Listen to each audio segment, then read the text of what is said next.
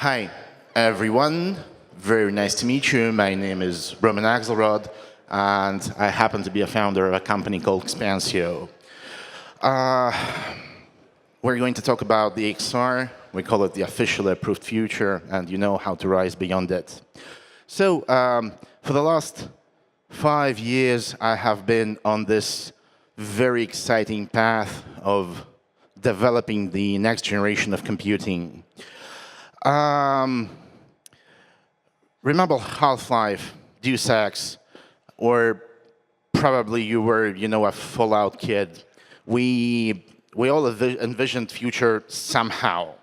But for me, it was, it was something that we call within the company an officially approved future. What is it? Flying cars, holograms, megacities, Mars exploration just for fun. We all have seen it so many times in movies, in books, whatever. But, everything new is something that we have already forgotten. Can you imagine that in 1935, a guy named Stanley Weinbaum envisioned these glasses. The glasses you could wear and see another world, feel it, probably even smell it. Of course, he was a writer, but nevertheless, it was in 1935. Today, we have been with these guys for almost 20 years. And I want you to ask yourself, have we as a species, can we as a species accomplish those targets we as a species have set ourselves for at least like 100 years? Can you imagine an astronaut using a smartphone on Mars? I can't. Can you imagine, like, you are probably 88, you need to check your intraocular pressure. Right now, you need to go to hospital and to spend there like a few hours at least. Can you imagine doing it like in 30 years, in 40 years? No, you can't. So the key question is, can our, good old hardware keep up with the future? We think no. We try to develop. And, well, historically, I need to emphasize one thing. Each generation of computing has been smaller, easier to operate, and closer to human body. Right now, we live in the world of black rectangles, be it smartphone, laptop, iPad, whatever. And we use those black rectangle glasses, in order to operate software and apps. But, well, to be frank, you just want to listen to a song. You want to listen to this specific David Bowie song. You don't care whether it's going to be Spotify or YouTube Music. You just want to say or think or show, hey, someone, be it whatever, Alexa, Siri, whatever, play this song. So we decided that we need to build the habitat for this cognitive layer between us and the information. In order to build it, we understood that we need to reinvent the concept and the use case, the form factor, of course. And it quickly turned out that in order to reinvent it, we can't, accomplish it by using spare parts from the shelf. We need to reinvent science itself. And here we are. We call it AI-powered XR computing. As I told, a habitat for intelligence. Glasses, of course, huge, but we decided to concentrate on something even more ambitious. Officially approved future. Okay, California is obsessed with first principles. We decided to go further. We use next principles in order to create the future, and my co-founder and CTO will will uncover it so you guys understand what I mean. We started this company almost 5 years ago. This is, the very first prototype we had. We tried to develop smart contact lens, able to provide you with picture, with biosensing, and with what we call superpowers, like the ability to see at night, etc., etc. We were obsessed. It was almost 5 years ago. And here we are today. Top 3 startups in physics, according to Nature Index, which is numerical. Top 3 worldwide, 22 prototypes. And ladies and gentlemen, today at this conference, we present one of these prototypes, probably one of the most sophisticated prototypes. AR vision, smart contact lens for space. You know how they operate in space? It turns out that in space, astronauts, they have lots of checklists. Whole their life is covered with checklists. Right now, they need both hands free to operate. So they have an iPad, and they operate iPad with their nose or their tongue. It is, well, can you imagine it? It is impossible. And this is what happens right now in International Space Station. So when they heard that we can actually provide them with the ability to use contact lenses instead, those bulky computers, they were, well, and, well, that is how we became a unicorn, basically. We are the latest unicorn from MENA. We have already raised $290 million US, and the latest valuation of the company is $1.35 billion US. Here we are, patent pending, 18 patent pending applications, 21 industry-specific prototypes. One of them we present today, and I strongly encourage you to visit our booth and to see it with your own eyes. And top 3 startups in physics worldwide. And 2 facts before I invite Valentyn to stage. So basically, fact 1, this prototype was developed specifically for a major space agency. This news is going to be unveiled tomorrow. Tomorrow, we will unveil which space agency and which astronaut is going to use this in space, hopefully. So you guys will learn it one day in advance. And second thing, I strongly encourage you to watch the company closely, since we're going to have a huge announcement somewhere in March, April of the next year. And now, Valentyn, please join the stage. Valentyn VOLKOV, the scientist and my co-founder and CTO of the company, and the scientist behind this magic.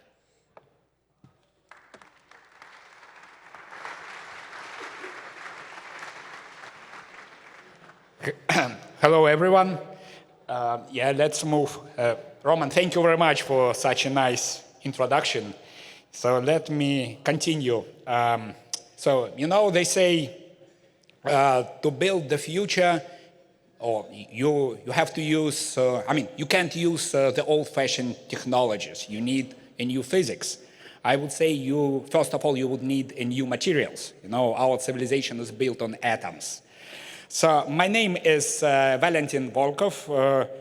Indeed, I am, by the first education, I am a scientist. I spent like a few decades doing research in nanophotonics and advanced materials. So basically, I joined the project with the main purpose to prove that whatever we demonstrate, whatever we show you, is not a concept. It's all based on solid and beautiful science. Let me jump directly to our smart contact lens. So what you can see here, it's a schematic representation of what we call the smart contact lens platform. So as you can see, it's an impressive set of optoelectronic components integrated in a very delicate form factor contact lens. So what we have to take a look, first of all, of course, we have a unit which is responsible for extended reality. So it's a micro display integrated with micro projecting system which delivers image directly to the retina of the user. Then, of course, biosensors. You know, eye, it's a very interesting place on our body. That's the only point where, let's say, blood vessels, brain, and output world meets together. So it's a perfect place to put your very private biochemical lab, which can monitor a variety of biochemical parameters from your eye liquid. Then, of course, it's all integrated with smart system of antennas, micro batteries, solar cells for powering and providing connection with the output world. Yes, and then, of course, neural interfaces integrated in. So that's a direct way to, you know, as I said, our retina, it's a part of the brain, evolutionary moved outside. So in principle, integrated jet electrodes, you can directly control digital world around you, which is provided with your XR device. But in the following slides, I will try to follow you through, I would say it's like 4 pillars of our platform. And we start with vision. So, you know, our eye, it's a masterpiece of evolution, which basically created for one and only purpose, to focus light on our retina. So for us, the most natural way is to look somewhere far away, to look for, I don't know, enemies or friends, basically accommodating our vision on infinity. So once we are bringing something close to us, we are kind of we are going against the biology. That's, you know, why basically all XR headsets, like traditional one, whatever, helmets, glasses, they are kind of creating problems. You are putting something in front of your eye, inevitably narrowing your field of view and kind of making it bulky, of course. So one can say, of course, Valentyn, what you are proposing to put a micro display not just close to your eye, but directly on your eye. Yes, and under the usual conditions, this will never work. I mean, that's exactly the point where traditional optics fails. And of course, you need, I would not call it new physics. I mean, you would need a new optics. So that's where we use actually nano-optics and nanophotonics. So with the help of advanced low-dimensional materials, we can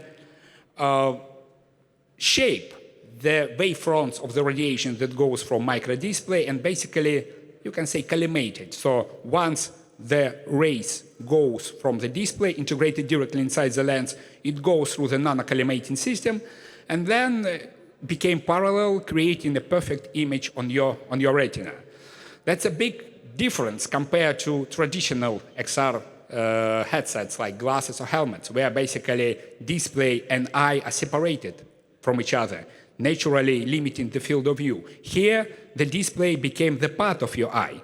So, literally speaking, it's infinite field of view. Well, it's naturally limited by ability of the eye to move.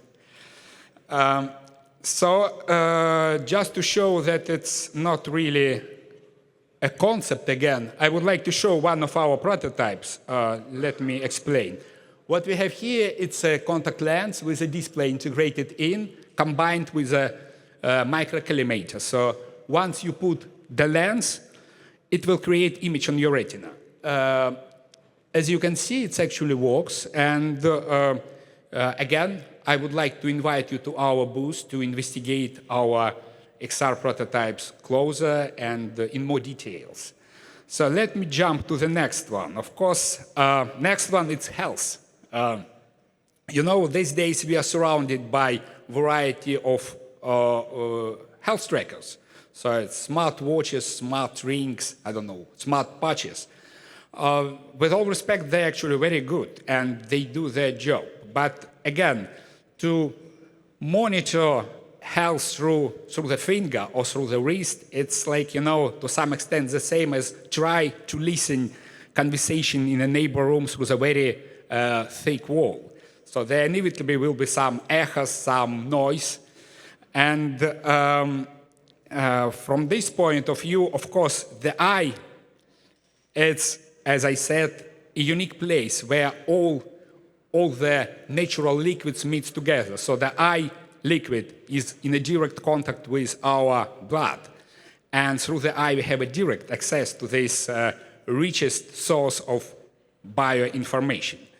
So, of course, we actually developing a variety of biosensors in our labs. It's pure optical ones, optomechanical ones. And here I would like just to show one of the examples. So it's a solution for optical approach to health monitoring. So what we are trying to do here, we use a special nanomaterials integrated inside the lens. The only one purpose of this approach is to enhance the molecular oscillations inside biological stuff which actually sitting in our eye liquids. So it's called a surface-enhanced Raman scattering. So the idea is that with special nano-resonances of electromagnetic waves, we can actually tens millions times enhance those very unique and individual oscillations of different biomolecules. Basically, that's like access to a very unique fingerprints of particular biological stuff which is sitting in our eye liquid. So with our approach, we can find it and we can decipher it. So just to give you an example, so here we're actually showing, it's like we are using tears, put it on a lens, and then show that all the biological content of that eye liquid can be presented and deciphered in the real time. And the next pillar is supervision. So it's not only, we are not only interested in improving vision, we actually were interested in moving it to the next level. So, and here again, our solution is based on the usage of advanced materials. So in this particular case, we use a very unique nanoparticle and quantum dots. So basically, we developed a very special approach where we can work with hundreds of those different materials, each of them very unique in their optoelectronic properties. So some of them actually can enhance your ability to see at night. Others can shift, for example, your perception of spectral components, for example, improve your natural ability to see different colors. You know, hundreds of or millions of people actually suffering from color blindness. So our approach is actually allow you in a natural way to separate different color channels perceptions on your retina to improve significantly ability to see different colors. Just give you an example. This is a typical table for checking your color blindness efficiency. I don't know how good you can see those spots. So you can see they are almost invisible in terms of, so it's just a variety of gray, pink, and other color spots. So now, if we will use our lens,